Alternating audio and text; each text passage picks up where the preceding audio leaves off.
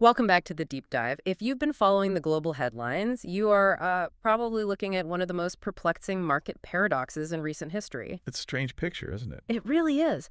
On the one hand, you have these major Western indices, the S&P 500, the MSCI World, and they're just soaring. I mean, consistently hitting all-time highs. All propelled by those, what, seven companies? The Magnificent Seven? Exactly. With these truly spectacular and, frankly, sometimes unbelievable valuations. But that surface performance, it creates a very dangerous illusion, doesn't it? An illusion of what? Universal health? Yeah, an illusion of universal financial health across Western economies.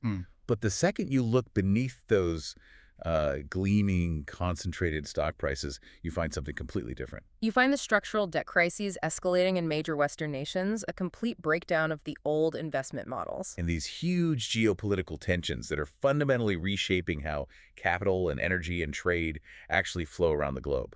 Absolutely. So our mission today is a deep dive into the recent perspectives of Charles Gave, who's often called the doyen of French finance. He has a long history of seeing these things not as, temporary bumps in the road, but as terminal cracks in the system. And we're going to use his insights to unpack four really disruptive convictions. First, this radical divergence in global energy reality. Then why gold is now structurally necessary. The complete and utter death of the once sacred 60-40 portfolio. And finally, the huge geopolitical pivot that is shifting investment gravity entirely away from the traditional West. For any learner, whether you're managing your own savings or running a massive fund, this is just a critical moment. It really is. I mean, if your strategy is still anchored in paradigms from, say, the 1990s or even the pre-2008 era, you are basically optimizing for a world that just doesn't exist anymore. So we have to grasp the why. Exactly. Why the underlying financial and energy systems are changing so fundamentally. That's the only way to protect capital and, identify the next sources of growth. Okay, so let's start with a check-in. The last time we discussed the energy sector, the thesis was that demand was surging while investment was catastrophically lagging. Which suggested a structural necessity for energy prices to rise, right? Right. And we recommended about 15% exposure to an energy ETF. But if you check the standard global index, the MSCI World Energy, it has actually lagged behind the general MSCI World Index since then. And for the average investor relying on that benchmark, that looks like a failed thesis. Exactly. What are they missing? They're missing that profound structural distortion we mentioned right at the top. When you rely only on these broad global indices, you're looking through a funhouse mirror. So the underlying idea is still correct. The thesis scarcity, lagging investment, that's still playing out. But the index structure is just obscuring it. Now look at a more focused slice. The S&P index that tracks American energy values that are specifically non-green and non-renewable. Just fossil fuels. Purely fossil fuels. That targeted index has been up 11% since our last discussion. It actually outperformed the equally weighted S&P 500 index by 2%. So the thesis was correct, but the indices themselves are so warped by the hyper-concentrated tech stocks that they skew the apparent performance of, well, everything else. Precisely. The underperformance you see in the global MSCI World Energy Index isn't a failure of the investment idea. It's a reflection of how fundamentally deformed the larger market indices have become. And that sets up our core problem. It does. Investors are benchmarking against a phantom of performance that only 6 or 7 companies can actually achieve. Okay, let's unpack the specifics of that distortion, because if the benchmark is broken, then, well, everything is broken. You use the term completely deformed. What does that really mean for someone who's just passively investing in an S&P 500 tracker? It means concentration risk is at historically dangerous levels. I mean, you look at the MSCI World and the S&P 500, something like 70 to 75% of the total market weight is now just the U.S. market. And within that U.S. market, that weight is overwhelmingly concentrated in these 7 gargantuan stocks, the Magnificent Seven. So for the passive investor, or I guess the fund manager whose bonus is tied to beating that index, there's this immediate immense pressure to buy these stocks in index proportion. Which means putting maybe 6 or 7% of your entire portfolio in each one. That's the trap. That is the trap. They are forced buyers. If a traditional active fund manager allocates, say, 7% of their capital to NVIDIA, and NVIDIA has a totally routine 20% correction. What happened? It happens all the time. That manager has just taken a massive, unnecessary hit to their entire portfolio. Their job is risk management, but the index forces them to take on concentrated, idiosyncratic stock risks. So the only way to buy them is. The only way to buy these massive volatile stocks without thinking, as Gabe observes, is through pure indexation.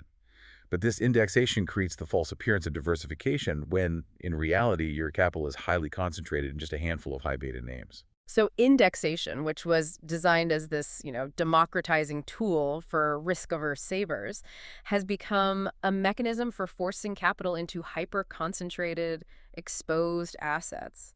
That's a pretty serious indictment. It is. And realizing this, it sort of frees us up to talk about proper investment philosophy.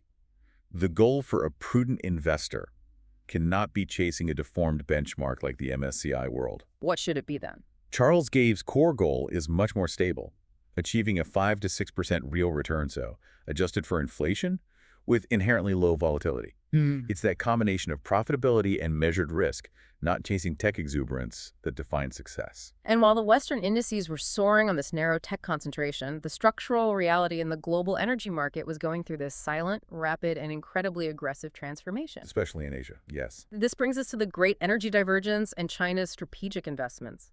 We in the West, we often frame the energy transition purely in terms of solar and wind, but China's strategy seems, well, far more pragmatic. And industrially focused, we really have to internalize this lesson.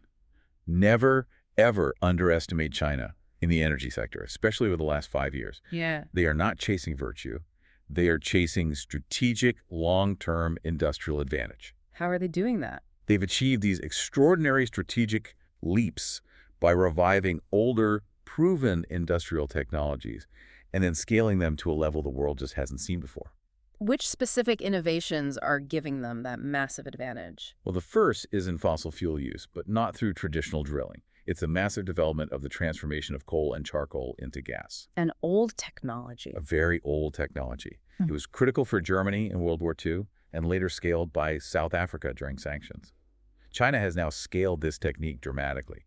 The new capacity they brought online is roughly equivalent to 1.5 million barrels of oil per day. That's a huge addition to global supply. And it happens entirely outside of the oil market headlines. It fundamentally challenges that core assumption of global scarcity that so many Western analysts are basing their forecasts on. More supply means pricing pressure. Precisely. And the second major innovation is a complete game changer in the nuclear field: thorium. So this isn't just theory anymore. No, this is not theoretical. China has successfully commissioned and is operating nuclear power plants using thorium transformation. This capacity is running now, adding highly reliable baseload power to their grid. So what's the cumulative result of these dual massive industrial investments? What does it mean for their manufacturers on the ground? The result is truly staggering. Yeah. I mean, it's almost impossible to comprehend from a Western perspective. In China's main industrial city, the heart of their vehicle and heavy manufacturing sector, electricity, is virtually free between 8 a.m. and 8 p.m. Free? Virtually free.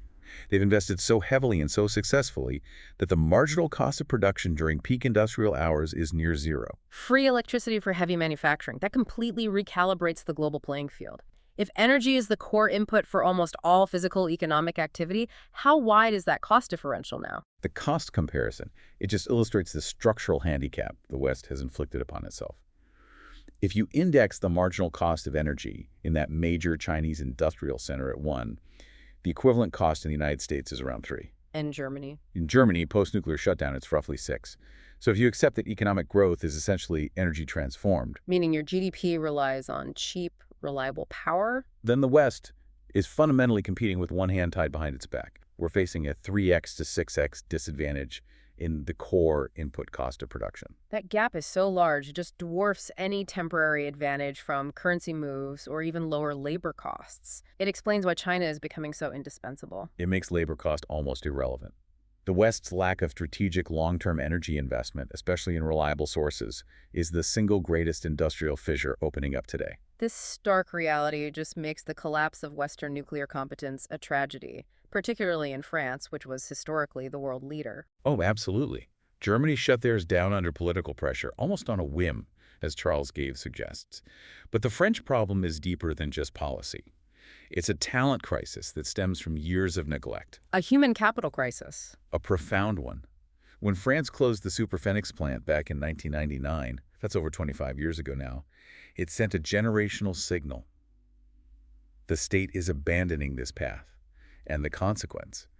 For 2 decades, graduates from the prestigious arts et métiers engineering schools. These are the critical technical workforce? They're the ones who get their hands dirty, they implement, maintain, and manage the complex industrial facilities, and they have largely avoided the nuclear field for 20 years. And we're seeing the real-world consequence of that now, with reports that EDF, the massive national utility, is actively recalling retirees. They're literally begging highly specialized retirees to come back and work for 5 more years. Just because the pipeline is empty? The pipeline of skilled technical labor has been dry for 2 decades. Yeah. You cannot rebuild that institutional knowledge overnight.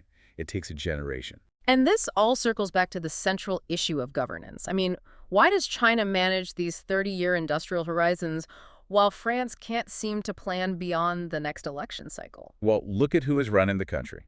The Chinese Policy Bureau is overwhelmingly made up of engineers, people trained in physics, complex systems, technical execution. They think long-term and pragmatically. And in the West? Our governing class, particularly in France, is dominated by lawyers and graduates from humanities fields, people trained in rhetoric, politics, and short-term legal maneuvering. They are simply incapable of managing a 30-year industrial strategy. The energy horizon is not in their domain of competence, and that leads to strategic blindness and these self-inflicted industrial wounds. The self-inflicted wound, this 3x to 6x energy cost handicap, and the massive government debt that naturally leads us to capital protection. When the state is functionally insolvent and structurally handicapped, where does a prudent investor turn? The answer, historically and today, is gold. But you and Charles you view gold not as an asset that simply rises, but as something more structural. It's the ultimate anti-central bank position. You acquire gold when you fundamentally believe that central banks are engaged in monetary mismanagement.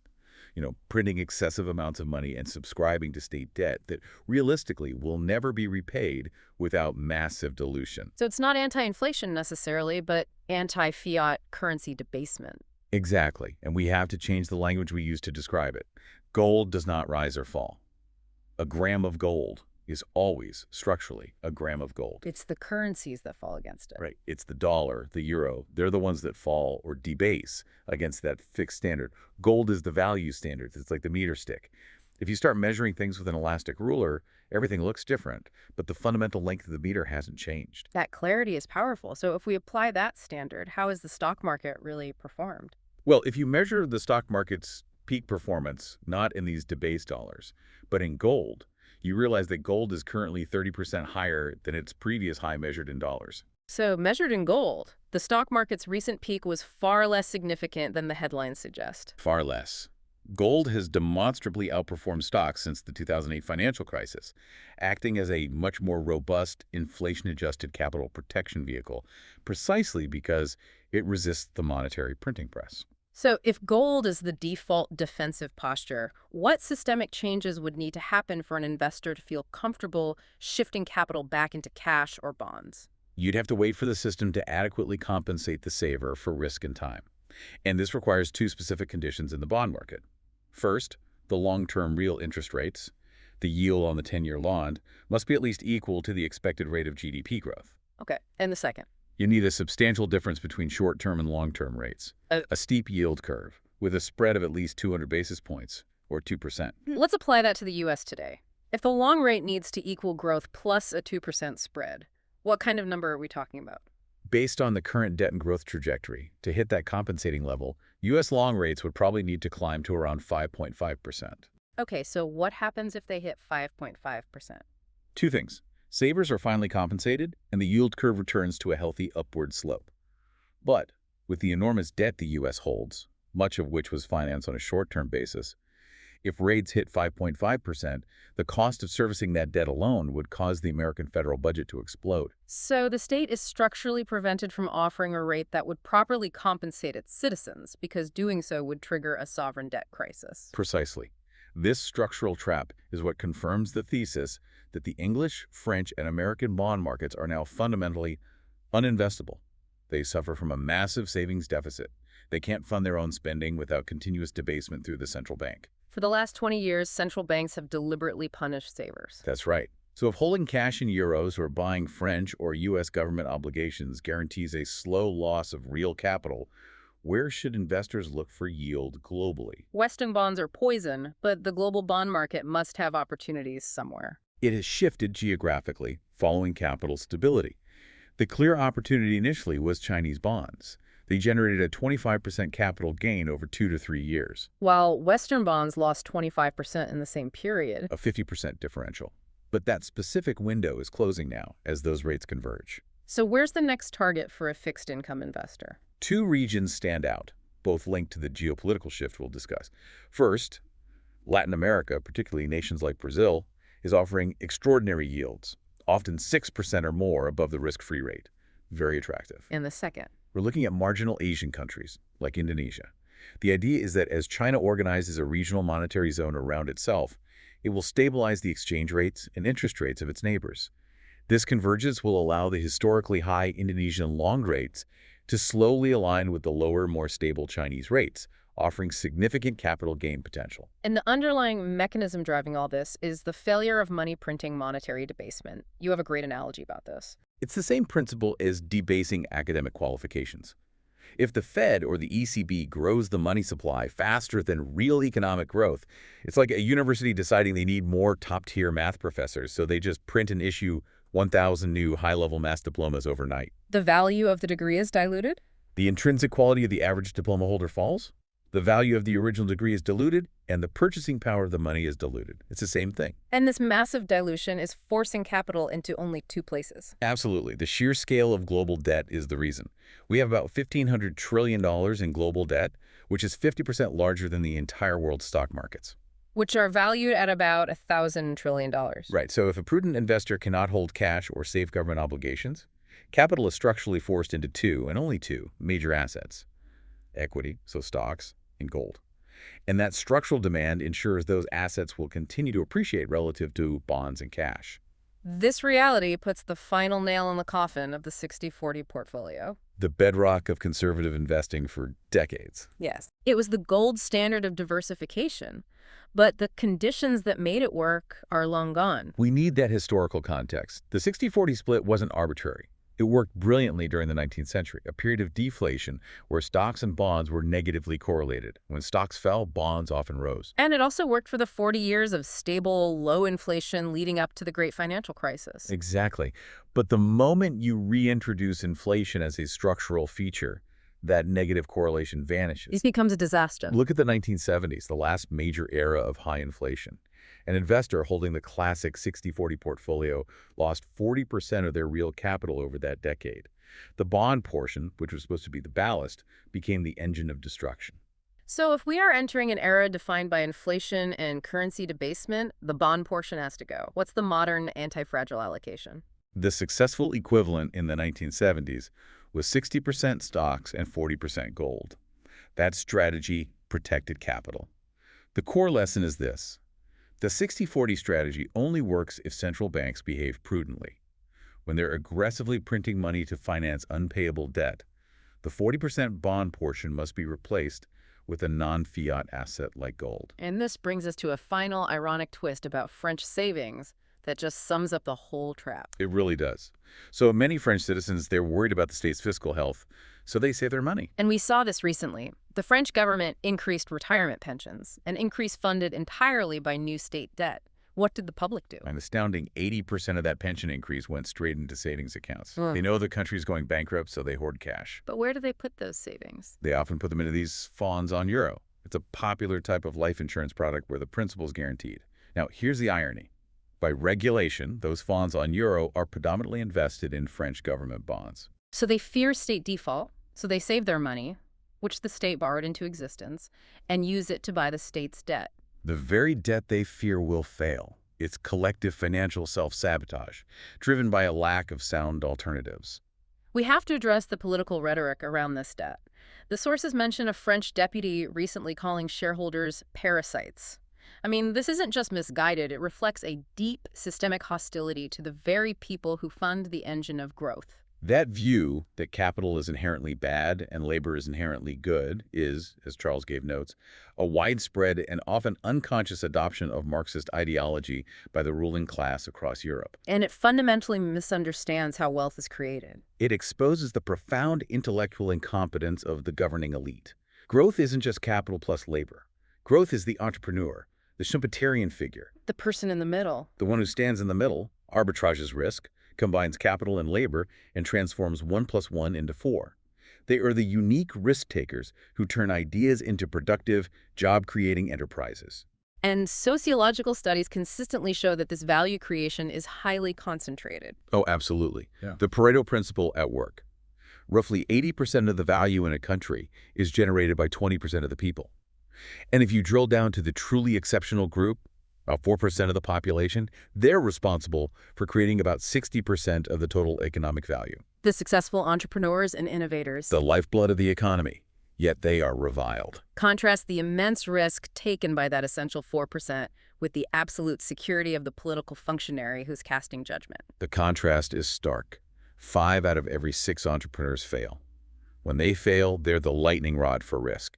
No unemployment benefits, their financial life is shattered. And when the 1 in 6 succeeds, They're immediately targeted, accused of being scoundrels for making a fortune. They'll look at the deputy who called them parasites. That person is likely a functionary who went into politics. If he loses his seat, he goes back to his old job, often with a promotion. He takes zero risk, but is empowered to judge those who risk everything. and the state's economic track record is the mirror image of that. Look at the industrial failure you mentioned earlier, EDF. LVMH creates thousands of jobs and enormous value. Contrast that with EDF, the national utility. It lost 23 billion euros recently. And this wasn't a market crash. No, this was what Charles Gave called government stupidity. They had fully amortized equipment. No rational utility should lose that money. It was the direct result of political incompetence. Yet there's no public inquiry into this massive destruction of taxpayer capital. This non-productive spending and strategic failure, it feeds directly into the massive French debt issue. This confirms they're in a debt trap. They are. They're basically running on cavalerie, which means they're borrowing just to pay the interest on previous debt. Critically, France is operating with a primary deficit. So the deficit excluding interest payments. Right. If your expenses, not including the cost of your previous loans, are already higher than your revenues, you are in a death spiral. The math is just unforgiving. It is. State debt is increasing at 5 or 6% annually, while national wealth is growing at only 2%. Because debt grows exponentially faster than wealth, the two curves will inevitably intersect. It's unavoidable. And we're seeing concrete evidence of this economic decline hitting revenue right now? Yes. The primary source of state revenue, the TVA, or value-added tax, is down 10 billion euros recently. Why? It's not complicated. Consumption is falling because people are pulling back. If you walk down traditionally affluent streets in Paris, like Avenue Victor Hugo, shops are closing because consumers are anxious and saving. That 10 billion drop is a visible indicator of the anxiety caused by this debt trap. The only sustainable solution is massive spending cuts. Yet politically, that seems impossible in France. Why the resistance? Because the state operates as a République de copains, a republic of buddies. Historically, no country has ever returned to budget equilibrium by raising taxes. The only way is severe spending cuts, like Thatcher did, or Chrétien in Canada. Or Milei in Argentina, who cut 25 ministries. And France still has 34. These extra ministries and high councils, they're sinecures. They're cushy jobs for friends, mistresses, or political allies who lost elections. When you try to cut them, you're not just making a fiscal adjustment. You're attacking the personal livelihood and power base of the politically connected elite. And this political corruption has sadly filtered down into the once impeccable high civil service. That's the real tragedy. The high civil service, which historically served as a check on political folly, has deteriorated significantly since the Mitterrand era. We've seen top civil servants being allowed to take hundreds of millions in stock options to London to avoid French taxes. Unthinkable 50 years ago. It reinforces this cynical view that the ruling elite is focused on self-enrichment, not the common good. It creates a deep crisis of trust. Given this utterly catastrophic assessment of French governance, why does Charles Gave, or others who share his view, stay in the country? Why not just relocate? It's a question of, I think, passion and commitment. The intention is to stay and fight the good fight, to help citizens manage their savings, educate them about the dangers, and give them the tools to escape the economic malfeasance of the government. This financial failure at home wasn't just a domestic crisis. It was the signal for global capital to seek stability elsewhere, leading us directly to the most dramatic geopolitical shift of the last few years, the fall of the petrodollar's monopoly. This is more than just a change in currency. It's a fundamental redistribution of global power. Historically, the petrodollar system was the key mechanism for U.S. financial control, right? Absolutely. The U.S. required that all major energy purchases be conducted in U.S. dollars. This forced every nation to hold vast dollar reserves just to secure their energy supply. Giving the U.S. Navy unparalleled control over global And it commerce. allowed them to levy enormous fines, like when BNP was fined $12 billion for trading with Sudan, just because those transactions had to touch the U.S. dollar system. It is a mechanism for financial warfare. But now, with major energy producers Russia, Saudi Arabia, Iran willing to accept payment in local currencies, that control mechanism is just dissolving. It restores monetary sovereignty to international trade. Mhm. Countries can now purchase oil using their own currencies. The U.S. can no longer automatically shut down a country by cutting off its access to the dollar system for energy. And the war in Ukraine, ironically, accelerated this shift. It did. It forced Moscow to pivot eastward and lay the groundwork for a massive, new, non-dollar trading sphere, the land-based empire. How so? When Europe suddenly said, "We won't buy your oil and gas," Russia had to pivot that supply to Asia. But they didn't just reroute pipelines. They have spent vast capital building immense vertical lines of communication roads, canals, rail links from Murmansk in the north, all the way down through Central Asia to India. This is a reversal of global history. For centuries, power has been dominated by maritime empires. The Portuguese, the British, and then the U.S. Navy controlling the choke points of the seas. For the first time, the vast raw materials of North Asia can reach South Asia via land. They bypass the sea routes entirely, which are vulnerable to U.S. naval control. And crucially, this massive new trade network will settle transactions in local currencies, creating a non-dollar financial zone. The sheer scale of this land-based shift is where the unbelievable boom is predicted to occur. Look at the metrics. This Yeah. region, within a 4,000-kilometer radius of Hong Kong, has 52% of the world's population, generates 80% of global growth, and holds 85% of global savings. So by removing external trade and monetary constraints. Charles Gave predicts an unimaginable boom in this region over the next 2 decades. And if this commerce won't use the dollar, which financial center is best positioned to capture this massive trade flow? Why not Singapore or Dubai? Hong Kong is uniquely positioned.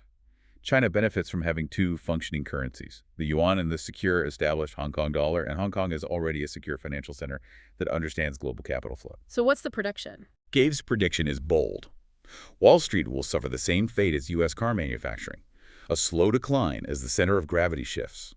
Hong Kong is projected to dominate global finance within 15 years. That is a staggering prediction. For a young learner listening in the West, facing high debt and strategic incompetence at home, what is the clear investment and career advice? The first rule is simple. Anything dependent on the fiscally decaying French state or similar Western states is failing. Avoid it. The second rule is to focus on the large French industrial companies that are already global powerhouses.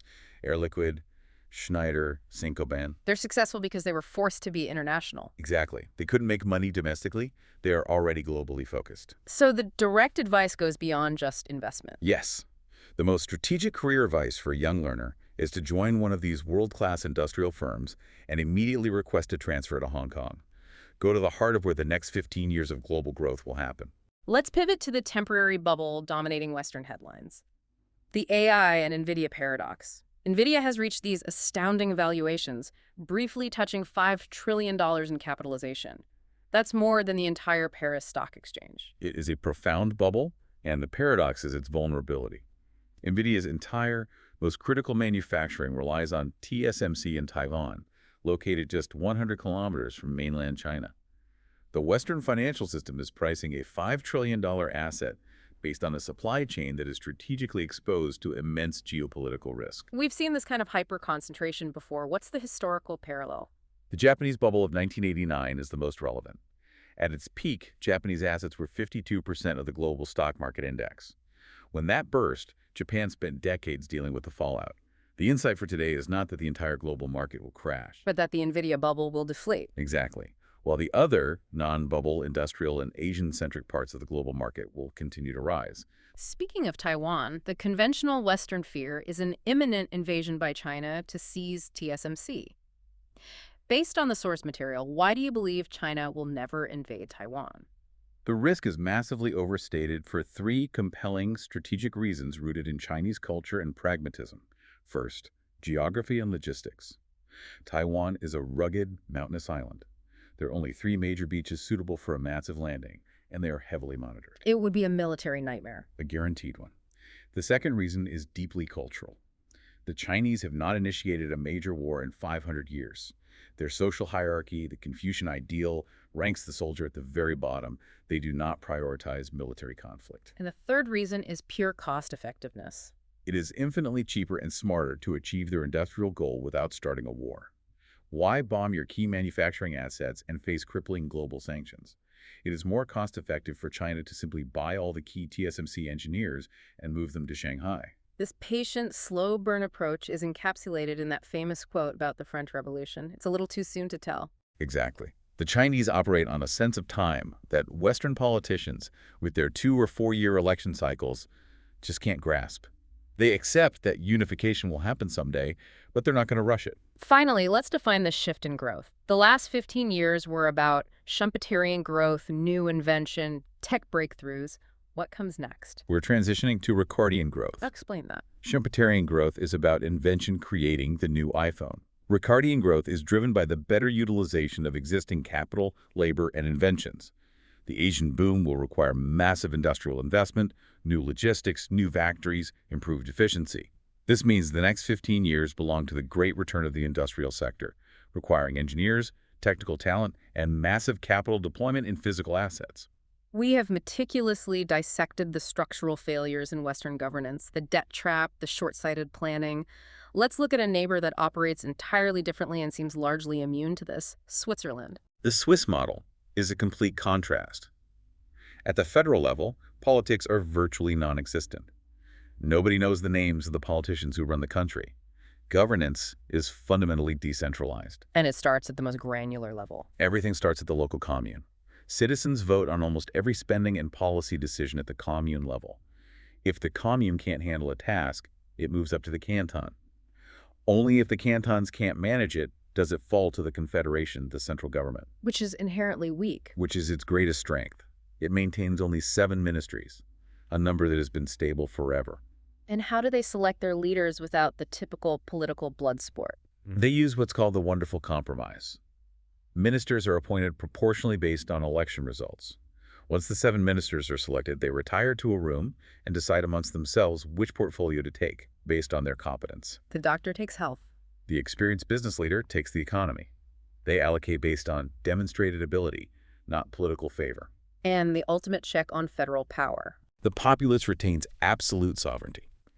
If Parliament passes a law that people dislike, a referendum can completely annul that law. It's a total bottom-up control mechanism.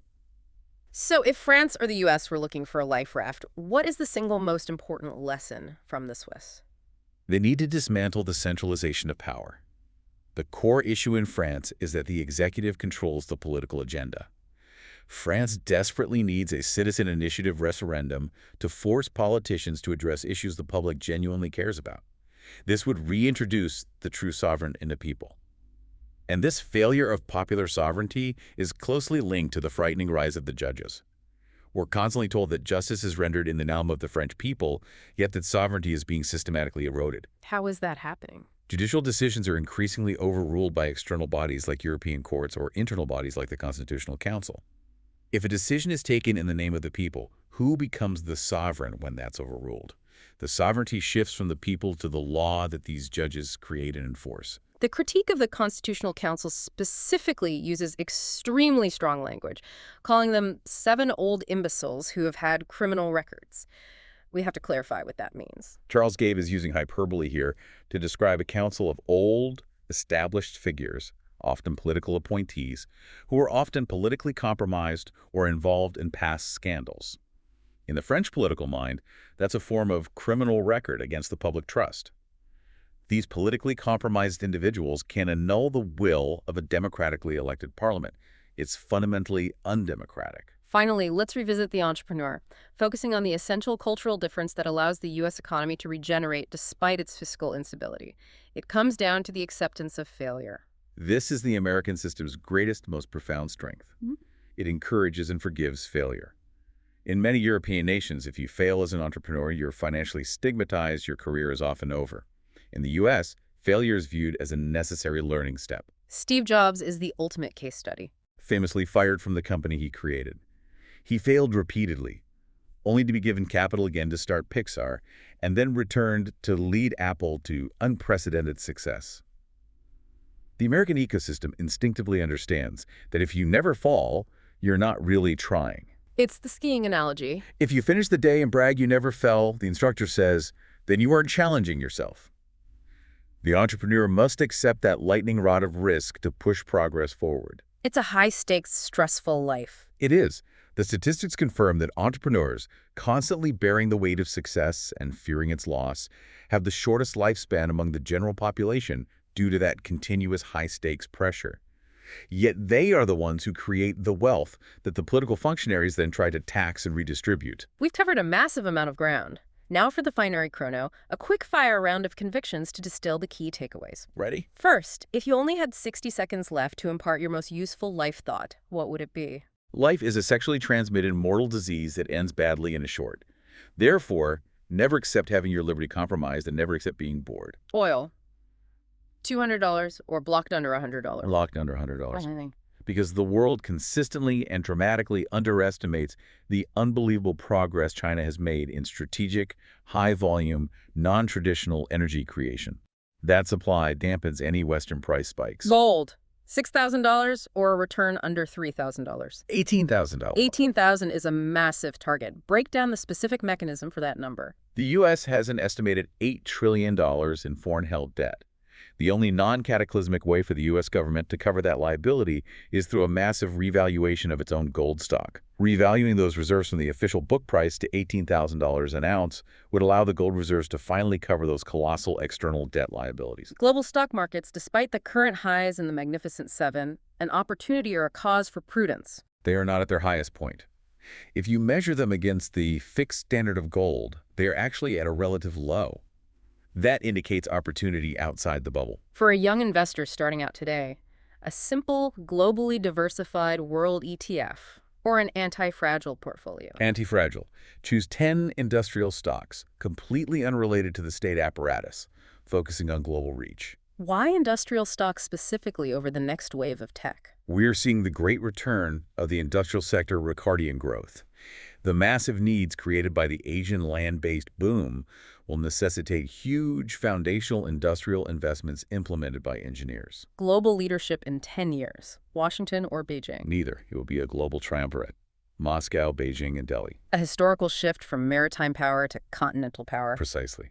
For the first time, land-based domination by these three massive continental powers will replace the maritime domination held by the UK and the US that has defined the last 2 centuries. Greatest threat, debt or demography. Our politicians. A succinct and terrifying conclusion to a conversation that spans financial structure, industrial physics, and geopolitical gravity. We've examined the structural decay in the West and the unprecedented boom building in the East. And to connect all these threads, the need for engineers, the rise of Ricardian growth, the energy divergence, we have to leave the learner with this final provocative thought. Lay it on us. If the next era is one of massive Ricardian industrial growth centered in Asia, what unseen structural weaknesses are we accepting today in the West by allowing our engineering and manufacturing talent to atrophy? How long can a country sustain a high standard of living when it outsources the core ability to build, when its best minds are focused on law and finance, rather than energy transformation and industrial execution? The knowledge and capacity needed for the next wave of wealth creation is draining away from our institutions. Something to consider deeply as you plot your next investment move.